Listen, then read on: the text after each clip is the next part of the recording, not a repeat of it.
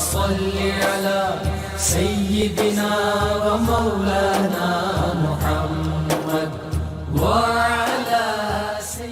بسم اللہ الرحمن الرحیم۔ السلام علیکم ناظرین و سامعین کرام، پروگرام یاد الہی میں روزانہ عظیم ہستیوں کے تذکارے پاک کیے جاتے ہیں اور اس کے ساتھ ساتھ کچھ ایسے موضوعات پر گفتگو ہوتی ہے جن سے آپ کو رہنمائی حاصل ہوتی ہے۔ آج سیدنا امام علی رضا رضی اللہ تعالیٰ عنہ آپ کے تذکارے خیر ہوں گے۔ اس سے پہلے کتاب الشفا سے آج کا وظیفہ کینسر کے علاج کا مجرب روحانی نسخہ، یعنی کینسر کا روحانی علاج۔ سب سے پہلا یہ ہے سورۃ القمر 27ویں پارے میں ہے، اس کی آیت مبارکہ 10، سورۃ القمر آیت مبارکہ 10 کا کثرت سے ورد کریں، اور اس آیت مبارکہ کو بطور دعا بھی پڑھا جا سکتا ہے، یعنی دعا میں بھی شامل کریں۔ انشاءاللہ اللہ تعالی کینسر کے موذی مرض سے شفا عطا فرمائے گا۔ آیت مبارکہ اور اس کا ترجمہ سماعت فرما لیں۔ اللہ سبحانہ وتعالی فرماتا فدعا ربہ انی مغلوب فانتصر، اپنے رب سے دعا کی کہ میں مغلوب ہوں، تو میرا بدلہ لے۔ تو یہ پڑھیے۔ اسی طرح دوسرا روحانی علاج کینسر کے یہ سورہ یونس،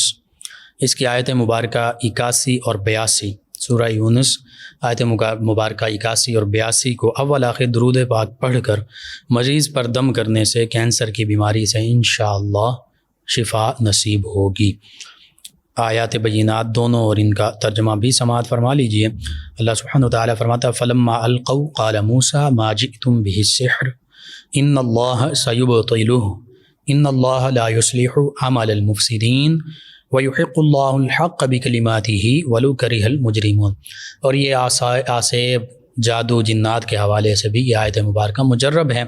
پڑھی جا سکتی ہے۔ ترجمہ یوں ہے، اللہ فرماتا پھر جب انہوں نے اپنے سانپ جو اپنی رسیاں ڈالیں اور وہ سانپ بن گئی، تو اس حوالے سے جب انہوں نے وہ رسیوں کو ڈالا تو موسیٰ علیہ السلام نے کہا یہ جو تم لائے یہ جادو ہے، اب اللہ اسے باطل کر دے گا۔ اللہ مفسدوں کا کام نہیں بناتا، اور اللہ اپنی باتوں سے حق کو حق کر دکھاتا ہے، چاہے مجرم جو ہیں وہ برا مانیں۔ اسی طرح تیسرا کینسر کا روحانی علاج یہ ہے سورہ آل عمران کی آیت مبارکہ 154، اس کو اول آخر درود پاک پڑھ کر صبح اور شام 41 مرتبہ یہ آیت مبارکہ پڑھیں اور مریض پر دم کریں تو انشاءاللہ مریض کو کینسر کے مرض سے شفا حاصل ہوگی۔ آیت مبارکہ اور اس کا ترجمہ سماعت فرما لیجیے۔ سورۃ آل عمران آیت مبارکہ 154، ثم انزل علیکم من بعد الغم امنۃ نعاسا یغشی طائفۃ منکم وطائفۃ قد اہمتہم انفسہم یظنون باللہ غیر الحق ظن الجاہلیہ یقولون هل لنا من الامر من شیء قل ان الامر كله للہ یخفون فی انفسهم ما لا یبدون لک یقولون لو كان لنا من الامر شیء ما قتلنا هاهنا قل لو كنتم في بيوتكم لبرز الذين كتب عليهم القتل الى مضاجعهم وليبتلي الله ما في صدوركم وليمحص ما في صدوركم وَلْيُمَحِّصَ مَا فِي قُلُوبِكُمْ وَاللَّهُ عَلِيمٌ بِذَاتِ الصُّدُورِ۔ اللہ سبحانہ وتعالی فرماتا پھر تم پر غم کے بعد چین کی نیند اتاری کہ تمہاری ایک جماعت کو گھیرے ہوئے تھی اور ایک گروہ کو اپنی جان کی پڑی تھی، اللہ پر بے جا گمان کرتے تھے، جاہلیت کے سے گمان، کہتے ہیں کیا اس کام میں کچھ ہمارا بھی اختیار ہے؟ اے پیارے حبیب صلی اللہ علیہ وآلہ وسلم آپ فرما دیجئے کہ اختیار تو سارا اللہ کا ہے، جو کچھ وہ اپنے دلوں میں چھپاتے ہیں اور جو تم پر ظاہر نہیں کرتے، کہتے ہیں اور کہتے ہیں کہ ہمارا کچھ بس ہوتا تو ہم یہاں نہ مارے جاتے۔ یہ غالباً غزوہ بدر یا غزوہ احد کے واقعات کا ذکر ہو رہا ہے ان آیات بینات میں، اور منافقین جو اپنا خبث باطن کا اظہار کر رہے ہیں اس کا اللہ نے ذکر فرمایا کہ وہ کہتے ہیں ہمارا کچھ بس ہوتا تو ہم یہاں نہ مارے جاتے۔ تو آپ فرما دیجئے کہ اگر تم اپنے گھروں میں بھی ہوتے، جب بھی جن کا مارا لکھا جا چکا تھا، جن کا مارا جانا لکھا جا چکا تھا، اپنے قتل گاہوں تک نکل آتے اور اس لیے کہ اللہ تعالیٰ تمہارے سینوں کی بات آزمائے اور جو کچھ تمہارے دلوں میں ہے اسے کھول دے، اور اللہ دلوں کی بات جانتا ہے۔ یعنی تمہاری منافقت دلوں میں کچھ اور تھا، بظاہر تم مسلمان بھی بنے ہوئے تھے اور جہاد کا نام بھی لیتے تھے، لیکن حقیقت میں نہ تم مسلمان تھے نہ تم جہاد کرنے والے تھے، بلکہ جہاد سے ڈرنے والے تھے اور منافق تھے۔ تو اللہ سبحانہ و تعالیٰ تو یہی چاہتا تھا کہ تمہارے سینوں کی باتوں کو آزمائے اور تمہارے جو کچھ دلوں میں ہے اسے کھول دے، لوگوں کے سامنے واضح فرما دے، تمہاری منافقت کا پول کھل جائے۔ تو بس یہ آیت مبارکہ سورہ آل عمران کی 154، اس کو 41 مرتبہ پڑھیں اور پڑھ کر دم کریں، مریض پر پڑھ کر دم کر دیں، انشاءاللہ اللہ تعالیٰ شفا عطا فرمائے گا۔ چوتھا وظیفہ کینسر کا علاج روحانی یہ ہے، سورۃ الملک کی آیت مبارکہ 14 29ویں پارے میں سورۃ الملک، اس کی آیت مبارکہ 14 کو مریض پانی اور تجویز کردہ دوائی تینوں چیزوں پر، یعنی مریض پر بھی دم کریں، پانی پر دم کر کے پانی بھی پلائیں، اور جو میڈیسن وہ کھا رہا ہے اس پر بھی دم کر کے دیں مریض کو، انشاءاللہ بہت جلد مریض شفا یاب ہوگا۔ آیت مبارکہ اور ترجمہ سماعت فرما لیں۔ الا یعلم من خلق وهو اللطیف الخبیر، اللہ سبحانہ وتعالی فرماتا ہے کیا وہ نہیں جانتا جس نے پیدا فرمایا، اور وہی ہے ہر باریکی جانتا اور ہر چیز سے خوب واقف، خبردار، خبیر اللہ سبحانہ وتعالی کی ذات ہے۔ لطیف یعنی ہر باریک بات کا علم بھی اللہ سبحانہ وتعالی کے پاس ہے۔ اللہ سبحانہ وتعالی تو وَهُوَ عَلِيمٌ بِذَاتِ الصُّدُورِ، سینوں میں چھپی ہوئی باتیں بھی جانتا ہے۔ یہ 4 وظائف ہیں۔ 5واں وظیفہ کینسر کے علاج کا، وہ بھی مجرب، سورۃ الرحمن صبح اور شام 3 مرتبہ۔ جو بھی کینسر کا، فالج کا، دیگر لا علاج امراض کا مریض ہے، وہ خاموشی کے ساتھ، یکسوئی کے ساتھ، توجہ کے ساتھ، انہماک کے ساتھ سنیں، کسی بھی اچھے قاری صاحب کی آواز میں۔ پانی پر پھر 3 مرتبہ اللہ اللہ اللہ پڑھ کر دم کر دے، وہ پانی پی لے، صبح اور شام یہی معاملہ کرے، یہ معمول بنائے، انشاءاللہ اللہ تعالی کینسر جیسے مرض سے اور دیگر لا علاج امراض سے شفا عطا فرمائے گا۔ اور یہ اوراد حتیٰ کہ سورۃ الرحمن، سورۃ یاسین، سورہ بقرہ، سورہ ملک، ان کی تلاوت سنی بھی جا سکتی ہے، ساتھ ساتھ پڑھتا بھی رہے بندہ، اور گھر میں کثرت سے تلاوت کی جائے، سنی جائے، انشاءاللہ آپ پھر دیکھیں گھر میں کیسے برکتیں آتی ہیں، ہر قسم کے شیطانی شرارتیں، وسوسے، آسیب، سحر، جادو، جنات اور بیماریاں جو ہیں وہ گھر سے دور ہو جائیں گی۔ تو لازمی ان چیزوں کو اپنے معمول کا حصہ بنائیے، آپ کو ضرورت ہے، ضرور پڑھیں، اپنے اعزاء قریبا، رشتہ داروں، دوست احباب، پڑوسیوں، محلے داروں، امت مسلمہ تک پہنچائیے۔ میرے آپ کے ہمارے بتانے سے اگر ہمارے کسی بھی مسلمان بہن بھائی، کسی مسلمان فرد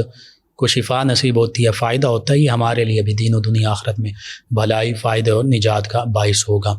اللہ سبحانہ و تعالیٰ سے یہ دعا ہے، اللہ تعالیٰ مجھے، آپ کو، ہم سب کو آسانیاں عطا فرمائے، آسانیاں تقسیم کرنے والا بنائے، آمین۔ جی ناظرین و سامعین، سیدنا امام موسیٰ کاظم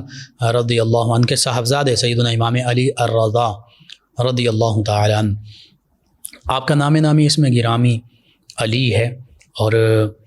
یہ نام وہ ہے جو سیدنا علی المرتضیٰ کرم اللہ وجہ الکریم کی نسبت سے آپ کا نام رکھا گیا،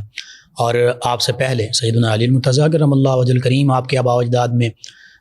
جو جد اعلیٰ ہیں ان کا یہ اسم گرامی، پھر سیدنا امام علی زین العابدین یعنی سیدنا علی المرتضیٰ کرم اللہ وجہ الکریم کے جو پوتے ہیں سیدنا امام حسین رضی اللہ عنہ کے جو شہزادے ہیں سیدنا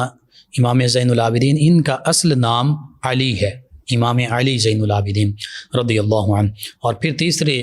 مقام پر آپ کا اسم گرامی جو ہے علی ہے، کنیت آپ کی جو ہے وہ مختلف بیان کی گئی، ابو الحسن بھی بیان کی گئی، اور یہ بھی کنیت سیدنا علی المرتضیٰ کرم اللہ وجہ الکریم ہی کی طرح آپ کی کنیت ہے، اور چونکہ آپ کے صاحبزادے حسن ہیں اس وجہ سے ابو الحسن، حسن کے والد گرامی۔ اور القابات کئی ہیں، ذکی آپ کا لقب ہے، اور بھی القابات ہیں، لیکن سب سے جو مشہور آپ کا لقب ہوا وہ الرضا یا رضا ہے۔ اس کی کئی وجوہات بیان کی جاتی ہیں، سب سے بڑی اور اہم وجہ یہ ہے کہ آپ اللہ اور اللہ کے پیارے حبیب صلی اللہ علیہ وآلہ وسلم کی رضا اور خوشنودی کے طلبگار تھے۔ اللہ کی رضا اور خوشنودی کے لیے تمام معمولات سر انجام دیا کرتے تھے، اس وجہ سے آپ کا لقب جو ہے رضا یا الرضا یہ پڑ گیا۔ اور پھر دیگر القابات میں صابر بھی آپ کا لقب ہے، یعنی تمام آزمائشوں میں، تکالیف میں، مصائب میں، پریشانیوں میں اللہ سبحانہ و تعالیٰ کی بارگاہ میں صبر کا مظاہرہ کرنے والے، اور پھر ذکی یعنی سب سے زیادہ پاکیزہ اخلاق کے حامل بھی، اور تزکیہ باطن کے حامل بھی، ظاہر و باطن کے حوالے سے پاک صاف تھے آپ، وفی لین دین میں وعدہ پورا کرنے والے، ایمانداری اور عہد نبھانے والے، آقا کریم صلی اللہ علیہ وآلہ وسلم ہی کی اولاد امجاد میں سے ہیں، تو یہ لقب بھی بالکل آپ کے لیے وراثت میں بھی شامل ہے، آپ کی ذات مبارکہ کا حصہ بھی ہے کہ اللہ کے پیارے حبیب صلی اللہ علیہ وآلہ وسلم ہی کی طرح آپ ایماندار بھی تھے، امانت دار بھی تھے، تجارت بھی کرتے یا دیگر معاملات بھی، لین دین بھی کرتے، تو اس میں بالکل آپ نے ایمانداری کو، امانت داری کو اور لین دین کے جو معاملات حسن اخلاق اور قرآن و سنت کی تعلیمات کے مطابق ہوتے ہیں، اس میں بالکل آپ نے اسی طرح تمام معاملات سر انجام دیے۔ اسی طرح ولی، یہ بھی آپ کا ایک لقب ہے۔ ولی کے کئی معنی ہیں، اللہ کا دوست، اللہ کا مقرب بندہ، اللہ کا اطاعت گزار، نیک اور صالح بندہ، یہ ساری آپ کے خوبیاں تھیں، یہ آپ کے شخصی کمالات تھے۔ اور یہ تو القابات کا ذکر کیا جا رہا ہے، اگر انہی اوصاف، انہی خصائل، انہی القابات کو تفصیل سے بیان کیا جائے تو کافی وقت کی ضرورت ہے۔ مشہور لقب جیسا کہ میں نے عرض کر دیا، رضا ہی تھا، اللہ کی رضا اور خوشنودی کے طلبگار، اللہ کے پیارے حبیب صلی اللہ علیہ وآلہ وسلم کی رضا اور خوشنودی کے طلبگار، اللہ اور اس کے رسول صلی اللہ علیہ وآلہ وسلم کی رضا اور خوشنودی آپ کا مطمع نظر تھا ہی۔ لوگ بھی آپ سے، ہر قسم کے لوگ جو ہیں وہ آپ سے راضی برضا رہتے تھے، یہ بھی ایک وجہ ہے۔ اور چاہے آپ کے مخالف لوگ ہوں یا آپ کے موافق لوگ ہوں، آپ کے جانثار ہوں، آپ کی معیت میں زندگی گزارنے کا والے ہوں، حتیٰ کہ آپ کے بظاہر جو دشمن اور مخالفت کرنے والے ہوں، آپ کی ذات بابرکات ایسی تھی، آپ کا رویہ ایسا تھا، حسن سلوک، حسن اخلاق، حسن کردار ایسا تھا کہ سبھی آپ سے راضی تھے، خوش رہتے تھے۔ نسب کے لحاظ سے دیکھا جائے تو جیسے میں نے عرض کیا، اہل بیت طہار، اہل بیت نبوت صلی اللہ علیہ وآلہ وسلم سے آپ کا تعلق ہے۔ سیدنا علی المرتضیٰ کرم اللہ وجہ الکریم کی بھی اولاد مبارکہ ہیں، اور سیدہ فاطمہ الزہرا طیبہ طاہرہ رضی اللہ تعالی عنہ، ان کی بھی آپ اولاد مبارکہ ہیں۔ اس حوالے سے آقا کریم صلی اللہ علیہ وآلہ وسلم کی اولاد اطہار میں سے ہیں۔ اللہ سبحانہ تعالیٰ نے جو حکم دیا اللہ کے پیارے حبیب صلی اللہ علیہ وآلہ وسلم کے قرابت داروں سے محبت کا، مودت کا، اس میں آپ بھی شامل ہیں۔ ائمہ اہل بیت طہار علیہم الرضوان میں 8ویں امام ہیں۔ اور پھر اس حوالے سے یعنی سادات اور نبی رحمت صلی اللہ علیہ وآلہ وسلم سے نسبت کے حوالے سے آپ قریشی بھی ہیں، ہاشمی بھی ہیں۔ سیدنا علی المرتضیٰ کرم اللہ وجہ الکریم سے نسبت کی وجہ سے آپ علوی بھی ہیں۔ تو یہ ساری نسبتیں ہیں، اور پاکیزہ اور خوبصورت اور بلند و برتر نسبتیں آپ کو حاصل ہوئیں۔ والدہ ماجدہ آپ کی، ان کا نام سکینہ کنیت ام البنین، اور بعض نے ان کا نام جو ہے سکینہ کی بجائے اروہ بھی لکھا ہے، اور یہی زیادہ مشہور بھی ہے۔ ولادت باسعادت کے حوالے سے مختلف اقوال ملتے ہیں۔ یہ بھی قول ہے کہ 11 ربیع الثانی جمعرات کے دن مدینہ طیبہ میں 153 ہجری میں آپ کی ولادت باسعادت ہوئی، اور بعض روایات کے مطابق آج کا جو دن ہے یہ بھی آپ کی ولادت باسعادت کا دن ہے۔ اب اگر آپ کے حسن و جمال کو دیکھا جائے تو گندمی رنگ تھا، اور اسی طرح قد مبارک، نہ بہت زیادہ لمبا نہ بہت زیادہ چھوٹا، بالکل خوبصورت اور میانہ قد آپ تھے۔ لباس میں اون اور ریشم کی بنی ہوئی چادر اوڑھنے کا ذکر آتا ہے کہ وہ آپ چادر استعمال کیا کرتے تھے۔ اب ریشم سے یہ مراد نہیں کہ مکمل ریشم کا وہ جیسے آقا کریم صلی اللہ علیہ وآلہ وسلم کے اور دیگر پھر یہ احادیث مبارک اور فقہ میں بھی موجود ہے کہ وہ دھاری دار یا اس کا تانا اس طرح ہو، تو اس میں ایسا کوئی حرج نہیں ہے۔ اس کا ذکر ملتا ہے خلوت میں ہوتے تو بہت ہی سادہ لباس پہنتے، اور جب شاہی مجالس میں اکثر آپ کو جانا پڑتا تو پھر خوبصورت لباس جو ہے، قیمتی لباس زیب تن فرماتے، اور اللہ سبحانہ تعالیٰ کی نعمت کا اظہار بھی خوب فرماتے۔ انگوٹھی بھی پہنتے تھے جس پر یہ نقش تھا، حسبی اللہ، یعنی مجھے اللہ ہی کافی ہے، میں اپنے تمام معاملات اللہ کی بارگاہ میں ہی پیش کرتا ہوں۔ اللہ سبحانہ و تعالیٰ پر اتنا زیادہ یقین، ایمان، توکل اور بھروسہ تھا۔ اور یہ حقیقت ہے کہ آقا کریم صلی اللہ علیہ وآلہ وسلم کے تصدق سے اہل بیت کرام علیہم رضوان ہوں، صحابہ کرام علیہم رضوان ہوں، یہی تو عظیم ہستیاں ہیں جو حقیقت میں اللہ سبحانہ و تعالیٰ پر کامل ایمان لانے والی ہستیاں تھیں۔ انہی کے صدقے سے ہمیں ایمان نصیب ہوا، انہوں نے ہی اسلام، قرآن کا پیغام جو ہے وہ پوری دنیا تک پہنچایا۔ اسی طرح علمی مقام کا ذکر کیا جائے تو سب سے پہلی بات تو یہ ہے کہ سیدنا امام موسیٰ کاظم رضی اللہ تعالی عنہ، یہ آپ کے والد گرامی ہیں، تو ان سے جو آپ نے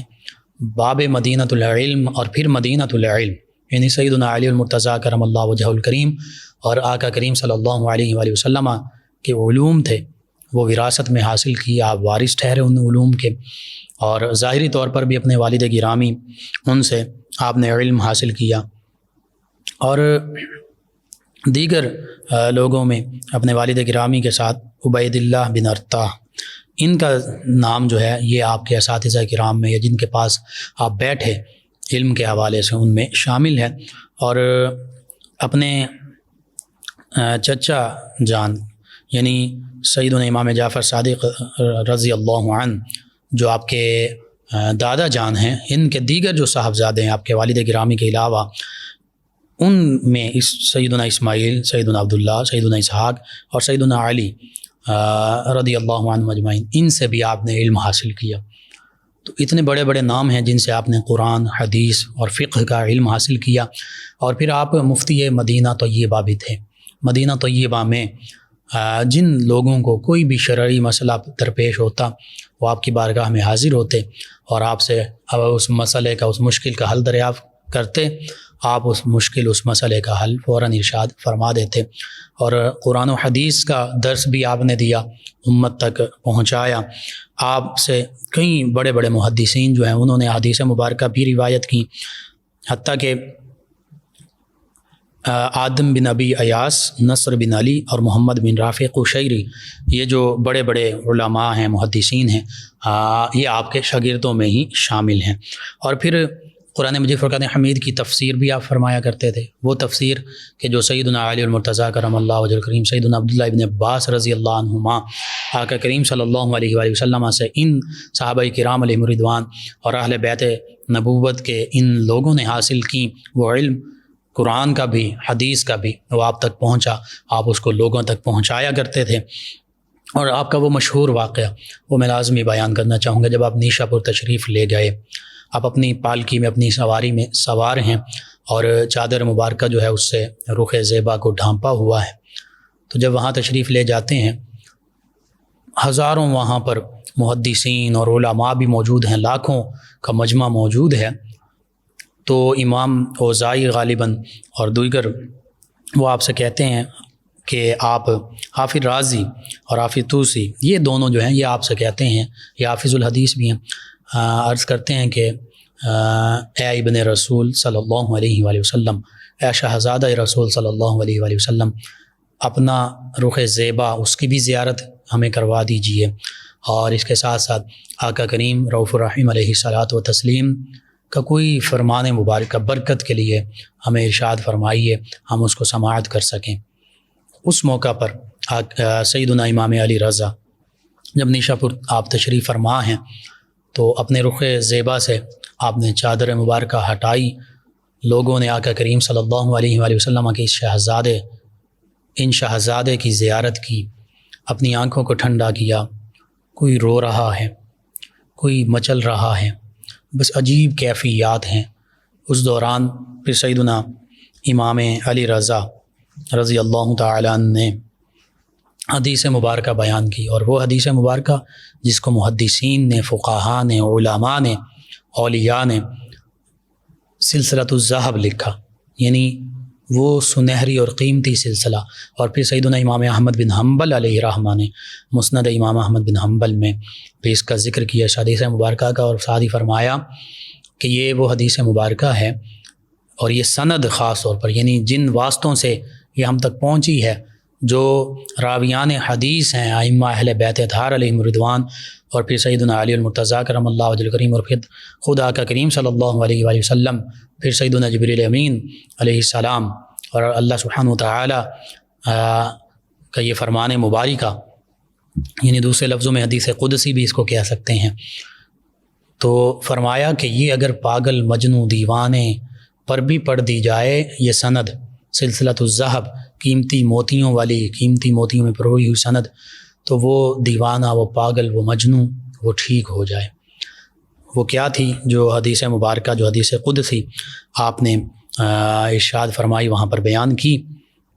آپ نے فرمایا حدثنی ابی موسیٰ الکاظم عن ابیہ جعفر الصادق عن ابیہ محمد الباقر عن ابیہ زین العابدین عن ابیہ الحسین عن ابیہ علی بن ابی طالب رضی اللہ عنہم قال حدثنی حبیبی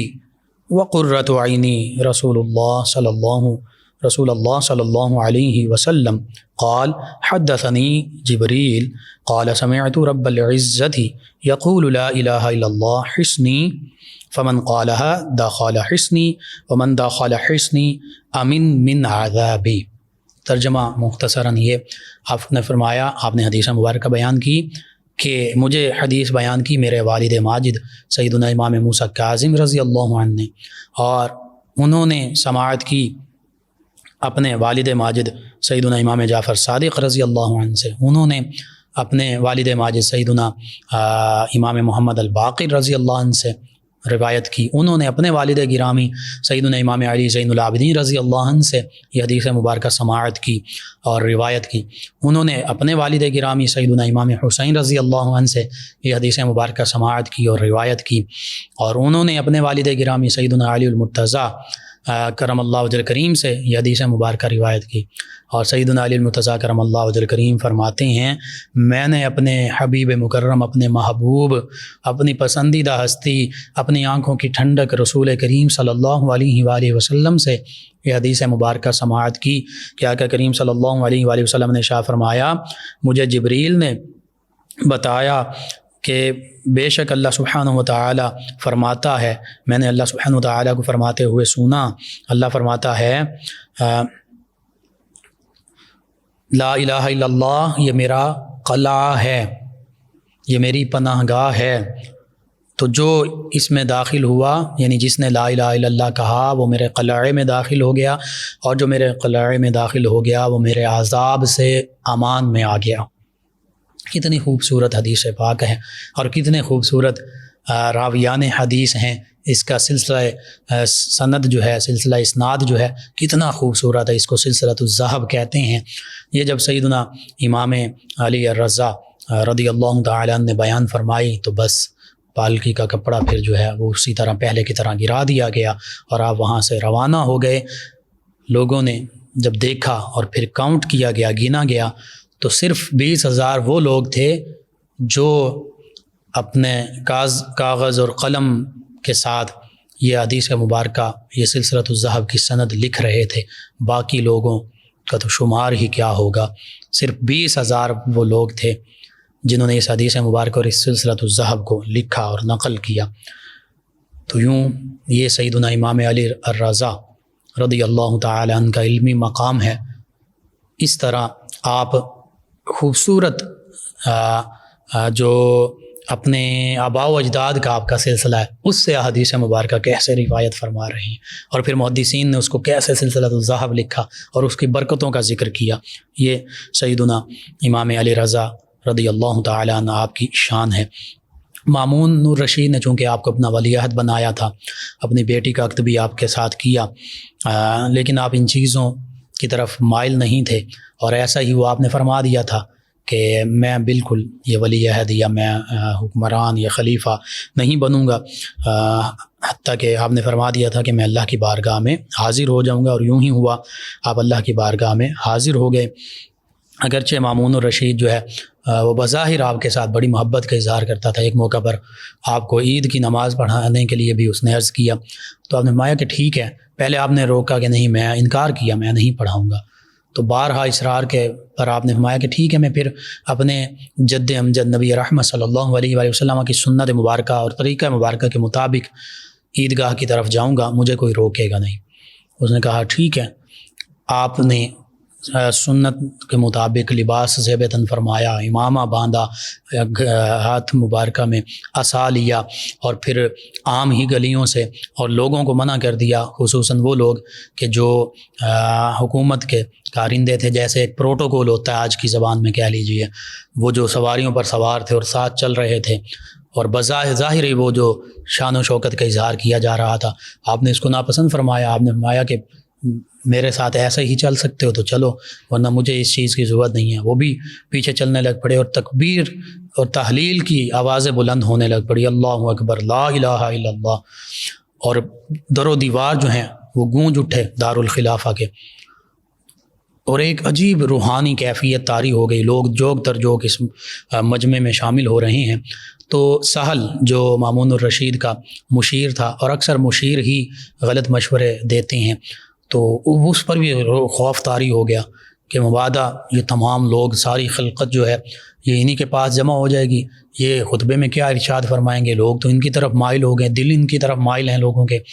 تو معاملہ کہیں اور نہ عجیب نہ ہو جائے، کہیں الٹ نہ ہو جائے، تختہ نہ پلٹ جائے۔ بہرحال اس موقع پر اس نے مامون الرشید سے کہا کہ آپ ان کو روکیے، یہ تو بہت عجیب معاملہ ہو جائے گا، آپ کے لیے بھی مشکل کھڑی ہو جائے گی۔ تو مامون الرشید نے پھر یہی عرض کیا کہ آپ مشقت میں نہ پڑیے، آپ نہ تکلیف کیجیے، میں خود ہی، بلکہ یوں کہا کہ جو بندہ پہلے عید کی نماز پڑھاتا تھا وہی پڑھا دے گا، یعنی خود ہی پھر عید کی نماز پڑھائی۔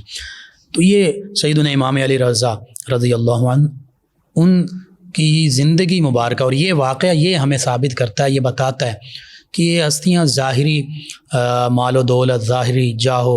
منصب، اس کی طلبگار ہی نہیں تھی۔ جو اللہ سبحانہ وتعالیٰ نے ان کو مقام عطا فرمایا تھا، ان کے سامنے یہ بڑے سے بڑے عہدے، یہ کچھ حیثیت ہی نہیں رکھتے۔ یہ تو صرف اور صرف اپنے پیارے حبیب صلی اللہ علیہ وآلہ وسلم، اپنے جد امجد، ان کے طریقہ مبارکہ کی اشاعت چاہتے تھے، ان سے جو قرآن و سنت کا علم حاصل ہوا، جو آگے چل رہا تھا، اس کو دنیا میں پہنچانا چاہتے تھے۔ اسلام کی حقیقی تعلیمات لوگوں کے سامنے پیش کیا کرتے تھے، اپنی زبان کے ساتھ بھی اور اپنے عمل مبارکہ کے ساتھ بھی، چاہے اس سے کسی کو خطرہ محسوس ہو، چاہے اس سے کوئی خوش ہو، چاہے ناخوش ہو، یہ کسی مصلحت کا شکار نہیں ہوا کرتے تھے۔ ان کی حیات مبارکہ ہمارے سامنے یہی کچھ ظاہر کر رہی ہے۔ سیدنا امام علی رضا، آپ کے اقوال مبارکہ جو ہیں بہت قیمتی ہیں، اور آپ کے بارے میں بھی یہی ہے کہ آپ کو شہید کیا گیا، آپ کے سامنے انگوروں کا تھال جو ہے وہ پیش کیا گیا، زہریلی سوئیوں سے اس میں زہر اس طرح داخل کیا گیا تھا کہ اس کا اثر ظاہر نہیں ہوتا تھا، ان کے تناول فرمانے سے آپ نے شہادت کا بلند مقام پایا۔ تو یوں آج بھی ہمارے لیے سیدنا امام موسیٰ کاظم رضی اللہ عنہ کے یہ صاحبزادے سیدنا امام علی الرضا، چونکہ آپ ایران میں مشہد میں آپ کا مزار مبارکہ موجود ہے، پوری دنیا سے مختلف مکاتب فکر کے لوگ جو ہیں وہ آپ کی بارگاہ میں حاضر ہوتے ہیں اور فیوز و برکات بھی حاصل کرتے ہیں۔ آپ کا مزار مبارکہ مرجع خلائق ہے، اور مشہد کا بھی یہ معنی ہے شہادت گاہ۔ آپ کی شہادت اس شہر میں ہوئی، اور پھر خاص طور پر وہیں آپ کا روضہ مبارکہ بھی موجود ہے، تو یہ آپ کی شہادت گاہ ہے۔ بس اللہ سبحانہ وتعالیٰ سے یہ دعا ہے، اللہ تعالیٰ ہمیں اپنے پیارے حبیب مکرم صلی اللہ علیہ وآلہ وسلم، اہل بیت کرام علیہم رضوان، صحابہ کرام علیہم رضوان، تمام ان ہستیوں سے محبت کرنے کی بھی توفیق عطا فرمائے، اور ان کے نقش قدم پر چلنے کے بھی، ان کی پیروی کرنے کی بھی توفیق عطا فرمائے، ان کے تصدق سے عالم اسلام کو سربلندی عطا فرمائے، آمین۔ اللہم صلی علی سیدنا و مولانا محمد وعلی سیدنا۔ آپ سماعت فرما رہے ہیں پروگرام یاد الہی۔ سیدنا امام علی رضا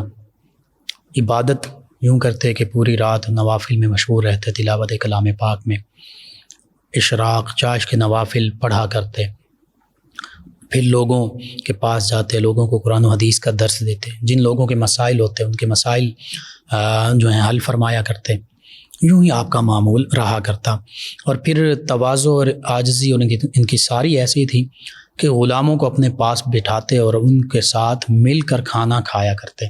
ایک موقع پر کوئی ایک امیر کبیر شخص، تو اس نے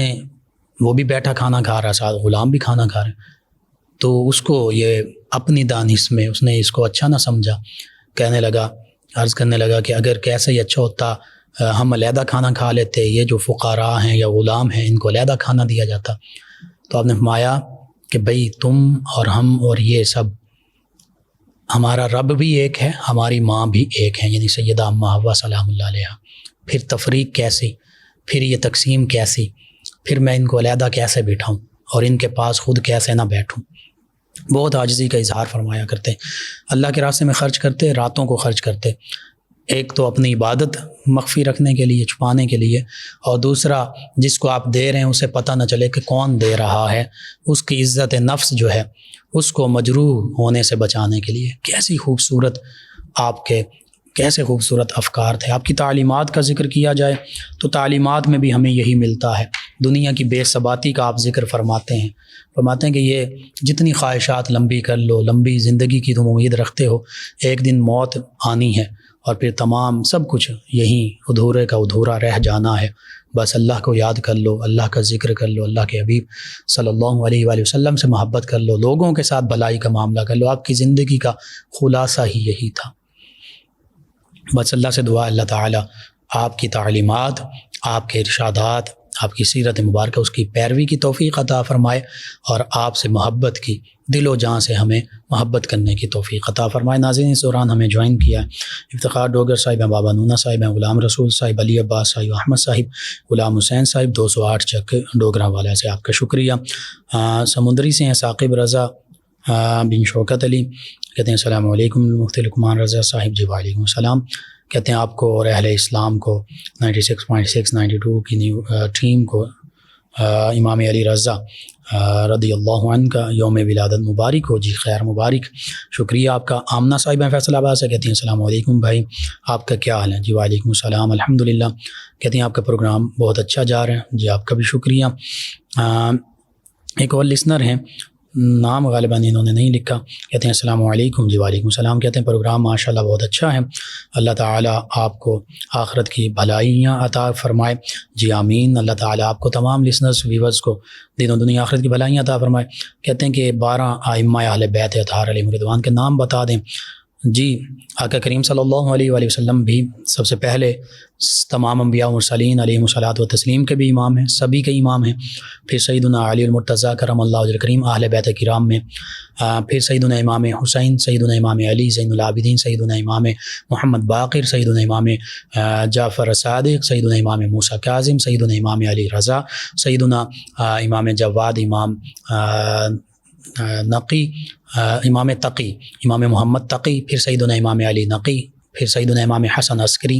اور پھر قرب قیامت کے قریب سیدنا امام حسن رضی اللہ عنہ کی اولاد میں سے سیدنا امام مہدی رضی اللہ عنہم اجمعین۔ ان کے علاوہ ہمارے ایک لسنر ہیں، نام انہوں نے بھی نہیں لکھا، نام لکھا کریں آپ، کہا کہ السلام علیکم سر، آپ کا پروگرام بہت اچھا ہے۔ جی وعلیکم السلام۔ کہا میں روزانہ سنتی ہوں، مجھے میرے پیپرز ہیں تو کامیابی کا وظیفہ بتا دیں۔ سیدنا فتاح 47 مرتبہ ہر فرض نماز کے بعد پڑھیے،